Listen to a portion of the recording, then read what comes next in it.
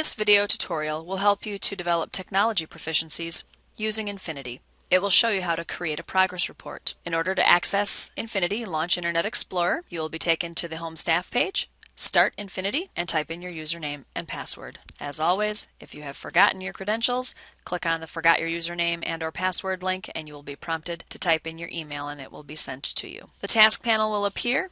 Select Start next to Progress Reports. Remember, if it is not visible on the task panel, select the Show All or the Add button and select it from there. If you select the Add button, you will add it to your home task panel so it will be there for future use. Your class schedule will appear. Select the class for which you want to enter progress reports. Select Add. Check the box next to the student or students for whom you wish to create a progress report. If you want to create a report for the entire class, simply click on the Check All button and then select Next. I'm just going to click on one particular student, enter the date using your calendar, and a description in the description box. Type a letter or a note to parents in this box. If you want, keep it generic for all parents, and then you can highlight it, copy it, and paste it into your other classes. Later, you can edit that for individual students as needed. And I'm just going to put in some letters. Click Next. Determine the information that you want included in the report. Click on the drop-down arrow to select the grading period. Place a check mark in any of the boxes you wish to include. If you want to include a grade for the selected grading period, if you want grading events with no grades, and a list of grading events that are less than or equal to, I always put in 100% so that parents without parental access can see all of their students' grades. And the class that I chose is a lab class that doesn't actually get grades.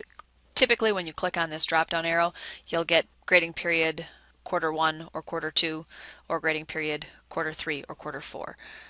This class will not allow me to do that. Click Next, and whatever progress report you have created will then show up.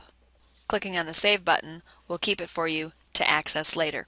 You can always come back into these reports and edit them or delete them as necessary. An email to all parents who have parental access will be notified that a progress report has been generated for their student.